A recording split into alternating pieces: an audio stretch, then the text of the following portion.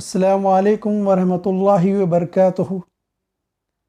اعوذ باللہ من الشیطان الرجیم، بسم اللہ الرحمن الرحیم۔ الحمد للہ رب العالمین، والصلاة والسلام علی رسولہ النبی الکریم وعلی آلہ واصحابہ اجمعین، اما بعد۔ قال اللہ تعالیٰ فی القرآن المجید فی سورۃ اللقمان، فاعوذ باللہ من الشیطان الرجیم، بسم اللہ الرحمن الرحیم۔ وَإِذْ قَالَ لُقْمَانُ لِابْنِهِ وَهُوَ يَعِظُهُ يَا بُنَيَّ لَا تُشْرِكْ بِاللَّهِ إِنَّ الشِّرْكَ لَظُلْمٌ عَظِيمٌ۔ صدق العظیم و صدق رسولہ النبی الکریم۔ محترم حاضرین اکرام، سورہ لقمان کی اس آیت میں اللہ تعالیٰ ارشاد فرماتا ہے، اور یاد کرو اس وقت کو جب لقمان نے اپنے بیٹے سے کہا اور وہ ان کو نصیحت کر رہا تھا، اے میرے بیٹے، اللہ کا کسی کو شریک نہ کرنا، بے شک شرک بڑا ظلم ہے۔ قرآن مجید کی اس آیت میں اللہ تعالیٰ نے شرک کو سب سے بڑا گناہ یعنی ظلم قرار دیا۔ قرآن مجید میں بے شمار آیتیں ہیں جس میں جو ہے شرک کے بارے میں کہ سب سے بڑا گناہ ہونے کے بارے میں بتایا گیا۔ سورہ نساء کی آیت نمبر 48 ہے، ورس نمبر 48۔ اعوذ باللہ من الشیطان الرجیم، بسم اللہ الرحمن الرحیم۔ ان اللہ لا یغفر ان یشرک بہ ویغفر ما دون ذلک لمن یشاء ومن یشرک باللہ فقد افتری اثما عظیما۔ اس کے معنی یہ کہ یقیناً اللہ تعالیٰ اپنے ساتھ شریک کیے جانے کو نہیں بخشتا، یعنی کوئی شرک کرا اللہ کی ذات میں تو اس کو نہیں بخشے گا، اور اس کے سوا جسے چاہے بخش دیتا ہے، اور جو اللہ تعالیٰ کے ساتھ شریک مقرر کرے اس نے بہت بڑا گناہ اور بہتان باندھا۔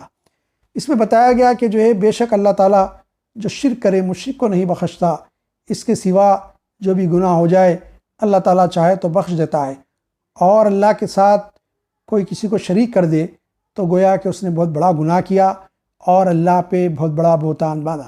عزیزان گرامی، ویسے بے شمار آیتیں قرآن مجید کی جو شرک کے بارے میں، کیونکہ جو ہے عقائد باطلہ میں ہم نے کفر کے بارے میں پڑھا تھا، اور آج شرک اور کے بارے میں گفتگو کریں گے۔ کسی اور کو اللہ تعالیٰ کے برابر سمجھنا، یعنی اللہ کی ذات یا صفات یا استحقاق عبادت میں کسی اور شریک کرنا شرک ہے، یعنی اللہ کی ذات پہ شریک کرنا، جیسے کہ جو ہے یہود اور نصارہ نے کیا۔ خود قرآن مجید میں اللہ تعالیٰ ارشاد فرماتا ہے، وقالت الیہود عزیر ابن اللہ وقالت النصارى مسیح ابن اللہ۔ یہودی کہتے ہیں کہ جو ہے عزیر اللہ کے بیٹے ہیں، اور عیسائی کہتے ہیں کہ مسیح اللہ کے بیٹے ہیں۔ اللہ تعالیٰ نے فرمایا کہ یہ کتنی غلط بات ہے، اور بغیر کسی دلیل کے اسی بات کہتے ہیں، یہ بڑا خطرناک جملہ ہے جو ان کے منہ سے نکل رہا ہے، بہت بڑی بات انہوں نے کہہ دی۔ اللہ تعالیٰ ان ساری چیزوں سے پاک ہے۔ اس کی ذات میں کسی کو شریک کرنا، انشاءاللہ ان کی ہم تفصیل گفتگو آگے کریں گے اپنی گفتگو میں۔ شرک بہت بڑا گناہ ہے جس کا مرتکب مشرک کبھی نہ بخشا جائے گا، بلکہ اس کے بارے میں کہا گیا کہ قرآن مجید میں اور بہت ساری احادیث میں آیا کہ وہ ہمیشہ ہمیشہ دوزخ میں رہے گا۔ شرک کی مختلف قسمیں ہیں، چند صورتیں جو ہو سکتی ہیں اس پہ ہم گفتگو کریں گے۔ اللہ تعالیٰ کی ذات میں کسی اور کو شریک کرنے کی صورتیں، اللہ کے سوا کسی اور کو خدا سمجھنا، یعنی اللہ کے علاوہ کسی اور کو سمجھنا کہ خدا ہے یا عبادت کے لائق ہے، اس کی عبادت کرنی چاہیے، یہ شرک ہے۔ کسی سے کہنا کہ اوپر خدا اور نیچے تم ہو، یہ بھی شرک ہے، یعنی جیسی قدرت آسمان پر خدا کی ہے ویسے ہی زمین پر تمہاری ہے، کسی سے کہنا، یہ بھی شرک ہے۔ یا اس کے علاوہ اللہ تعالیٰ کی ذات میں کسی اور کو شریک کرنے کی صورتیں کیا ہو سکتی ہیں؟ اللہ تعالیٰ کی کل صفتوں یا کسی ایک صفت کو کسی مخلوق پہ مستقلاً ثابت کرنا، مثلا کسی بزرگ، پیر وغیرہ کی نسبت اعتقاد رکھنا کہ بالذات اللہ تعالیٰ کی طرح غیب کی تمام باتوں کو ہر وقت جانتے اور ہمارے تمام حالات سے خبردار ہیں، یا چھپی کھلی نزدیک و دور کی چیزوں کو دیکھتے ہیں، یا نزدیک و دور کی باتوں کو سنتے ہیں، یا رزق و روزی، اولاد و ملازمت، عزت و آبرو دینے یا مارنے، جلانے یا آفت و مصیبت کے دفع کرنے یا نفع نقصان کو پہنچانے میں پورا اختیار و قدرت رکھتے ہیں۔ اس قسم کا عقیدہ جو صرف اللہ کی ذات کے بارے میں رکھنا چاہیے، کسی کے بارے میں رکھنا وہ شرک ہے۔ اللہ تعالیٰ کے استحقاق عبادت میں کسی اور کو شریک کرنے کی صورتیں کیا ہو سکتی ہیں؟ اللہ کے سوا کسی اور کو سجدہ کرنا۔ یہ بات یاد رکھیے کہ سجدہ تعظیمی پہلی کی امتوں میں تھا اور حضور صلی اللہ علیہ وسلم کی امت میں سجدہ تعظیمی منع کر دیا گیا۔ بہت مشہور صحاح ستہ کی حدیث میں بالخصوص بخاری اور مسلم میں بھی روایت ہے یہ، اور صحیح حدیث ہے کہ صحابہ کرام کے ساتھ حضور اکرم صلی اللہ علیہ وسلم تشریف فرما تھے۔ مسجد نبوی میں ایک صحابی آئے انصار میں سے، اور انہوں نے کہا کہ اللہ کے نبی میرا اونٹ بولا ہو گیا ہے، یعنی پاگل ہو گیا ہے، آپ چلیے ذرا۔ حضور صلی اللہ علیہ وسلم اٹھے چلے، صحابہ بھی ساتھ ہو گئے۔ اور جب ان کے باغ میں گئے، حضور صلی اللہ علیہ وسلم کا کھجور کا بڑا باغ تھا، تو اونٹ حضور کو دیکھتے ہوئے دوڑ کے آنے لگا۔ تو وہ صحابی کہنے یا رسول اللہ ذرا پرے ہو جائیے، یعنی بازو کٹ جائیے، یہ پاگل ہو گیا، دیوانہ ہو گیا ہے۔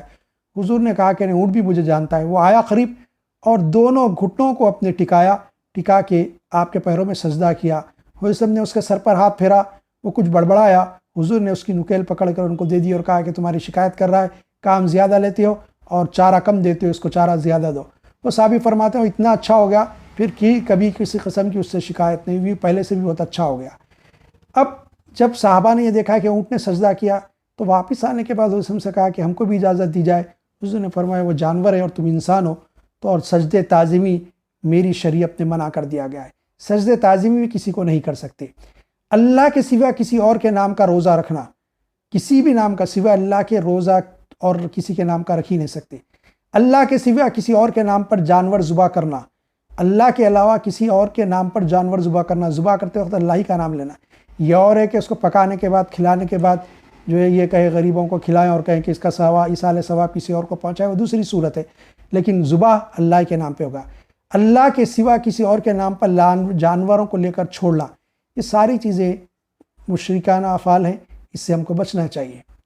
اور اسی طرح کی باتیں سب شرک میں داخل ہیں۔ مسلمانوں کو چاہیے کہ ان سے بچے اور یہ سمجھے کہ تمام مخلوقات کل صفات الہی سے خالی ہیں۔ ہاں، اس میں شک نہیں کہ اللہ تعالیٰ اپنے فضل سے اپنے خاص بندوں کو علم اور قدرت دے رکھی ہے، اور کوئی صفت یا عطا فرمائی، اور وہ ہمیشہ اللہ تعالیٰ کے فیضان عظیم کے تحت ہے، اور اصل منتہا وہی ایک ذات ہے، اس کے حکم و ارادت کے بغیر کچھ نہیں ہوتا۔ کوئی ذات خواہ آسمان کے رہنے والے یا زمین کی کسی کو کوئی نفع پہنچا نہیں سکتی نہ نقصان، پس نفع و نقصان کا پہنچانے والا اللہ تعالیٰ ہی کو سمجھنا اور اسی سے تمام اپنی حاجتیں اور مرادیں مانگنا چاہیے۔ یہ بات ہمیشہ ذہن میں رہے۔ البتہ یہ کہ کچھ چیزیں اللہ تعالیٰ بہت ساری چیزیں اپنے انبیاء کو عطا فرماتا ہے، ان سے کوئی ایسا کہ عقل سے ماورا کوئی عمل سرزد ہو جائے تو ہم اس کو معجزہ کہیں گے۔ پھر اللہ تعالیٰ اسی طرح اپنے نیک بندوں کو، اولیاء کرام کو کوئی چیز عطا کرتا ہے، ان سے کوئی چیز سرزد ہو جائے تو ہم اس کو کرامت کہیں گے، لیکن یہ کہ سب کا دینے والا، عطا کرنے والا اللہ تعالیٰ کی ذات ہے۔ عزیزان گرامی، یہ تو عام طور پہ ہماری فقہاء نے جو کتابوں میں باتیں لکھی میں نے آپ سے عرض کی، لیکن میں تھوڑا سا کہنا چاہوں گا۔ اس وقت جو ہے سب سے زیادہ خطرہ جو ہے، لوگ بولتے ہیں ماب لنچنگ ہوتی، فسادات ہو رہی ہے، میرے کو اس سے زیادہ خطرہ یہ دکھتا ہے کہ اس وقت ہم آہستہ آہستہ وہ تہذیب، اس کلچر کو قبول کر رہے ہیں جو اس میں جو شرکی افعال ہوتے ہیں، جو مشرکانہ ہوتے ہیں۔ ہمارے گھروں میں شرک داخل ہو چکا ہے، ہم اس پہ غور نہیں کرتے۔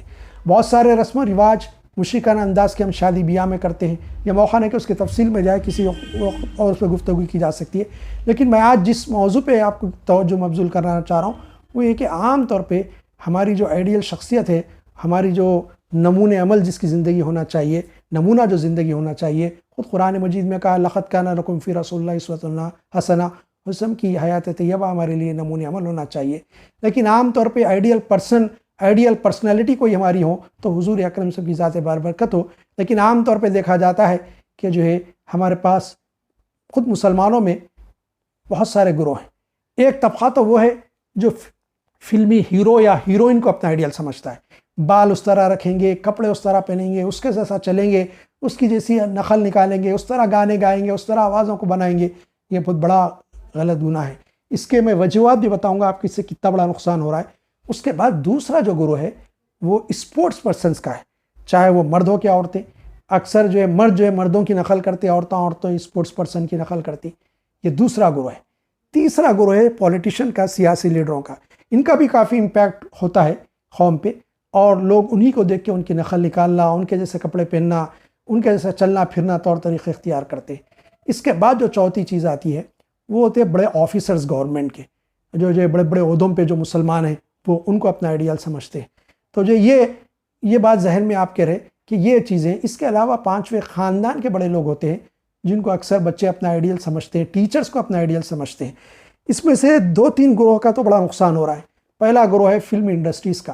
میں تو دیکھتا نہیں لیکن جو سنتا ہوں، کوئی پکچر ایسا نہیں ہوتا جہاں پر جو کسی دیول کو نہیں لے جایا جاتا، پوجا پاٹ نہ ہوتی.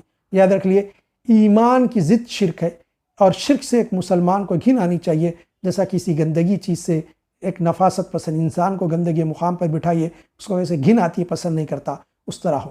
یقیناً شرک کرنے والے سے نہیں، مشرک تو ایک انسان ہے، ہمارا بھائی ہے، بحیثیت انسان کے اس غلط عمل میں ملوث ہے وہ، لیکن شرک سے گھن آنی چاہیے. لیکن ہم دیکھتے فلمی ہیروز، فلمی ہیروئن مشرکانہ افعال میں ملوث ہوتے اور وہ پوجا پاٹ کرتے. اسی طرح ٹی وی سیریل جو چلتے ہیں اس کے بارے میں اکثر مجھے بتایا جاتا ہے، کیونکہ سیریل ایسا نہیں ہوتا کہ کہیں گھوم پھر کے کسی دیول پر نیا لیا جاتا، کسی دیوی دیوتا کی منت نہ اس میں ہوتی ہو. یہ سارے چیزیں شرکی افعال سے بچنا چاہیے. تیسرا گروہ پولیٹیشین سے.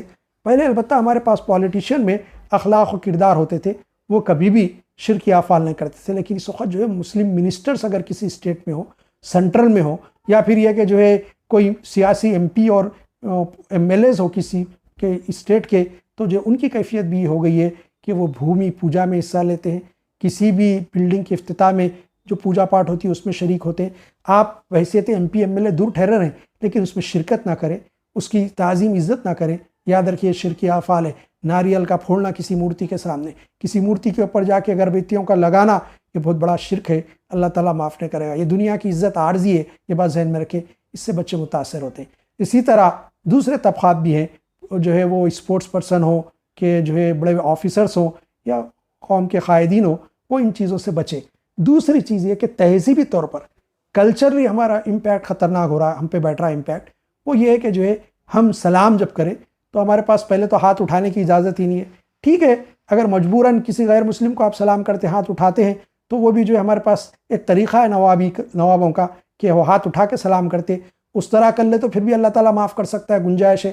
لیکن جو ہے کسی کو نمستے کہنا یہ بھی شرک ہے. یاد رکھیے ڈنڈم کرنا کسی کو، یہ کسی کی تہذیب کو قبول کرنا ہے، اور اللہ نے منع فرمایا کسی اور کا طریقہ اختیار کیے جائے. ہمارے پاس تو بہترین سلام کے الفاظ ہیں، وہی جو دعا بھی ہے وہی کرنا چاہیے. یہ چھوٹی چھوٹی چیزیں ہم سمجھتے ہیں بہت بڑی چیزیں ہیں، اس سے ہر مسلمان کو بچنا چاہیے. ورنہ شرک ایسا خطرناک گناہ ہے کہ جس کے بعد ہمیشہ ہمیشہ جو ہے انسان جو ہے دوزخ میں رہنے والا ہے. عزیزان گرامی، ایک اور چیز ہے استحلال گناہ. یہ کیا ہے؟ احکام شرع کی خلاف ورزی گناہ کا نام گناہ ہے. یعنی جس کام کے کرنے کا حکم ہے اس کو نہ کرنا، اور جس کی ممانعت ہے اس کو کرنا. گناہ کو گناہ سمجھ کر گناہ کرنا، یہ استحلال گناہ. لیکن استحلال گناہ یعنی گناہ کو حلال جاننا کفر ہے. یاد رکھ لیجیے کافر ہو جاتا ہے انسان. گناہ کی 2 قسمیں، کبیرہ صغیرہ. کبیرہ وہ گناہ ہے جس کے ارتکاب پر آخرت میں بڑے عذاب کی وعید ہے، دنیا ہی میں ہی کوئی حد سزا بھی مقرر ہے شرعی اعتبار سے، اور جب تک اس کی سچے دل سے توبہ نہ کرے گناہ کبیرہ معاف نہیں ہوگا. صغیرہ وہ گناہ ہے جس پر نہ بڑے عذاب کی وعید ہے نہ دنیا میں کوئی سزا مقرر ہے، لیکن گناہ کبیرہ کے کرنے والے کو شرع میں فاسق کہتے ہیں، کھلا گناہ گار. گناہ کبیرہ کی تعداد میں بہت اختلاف ہے، لیکن جو ہے اس کی تفصیل میں کسی اور موقع پر بیان کروں گا. لیکن استحلال گناہ یہ ہے کہ گناہ کو جان کر یہ گناہ ہے، یہ سمجھنا کہ گناہ نہیں ہے اور اس کو کرنا، یہ جو انسان اس سے بھی کافر ہو جاتا. اللہ تعالیٰ شرکی افعال سے اور ہم کو کفری الفاظ جو کاموں سے بچائے. صلی اللہ تعالیٰ علی خیر خلق محمد وآلہ وصحبہ اجمعین برحمتک یا ارحم الراحمین.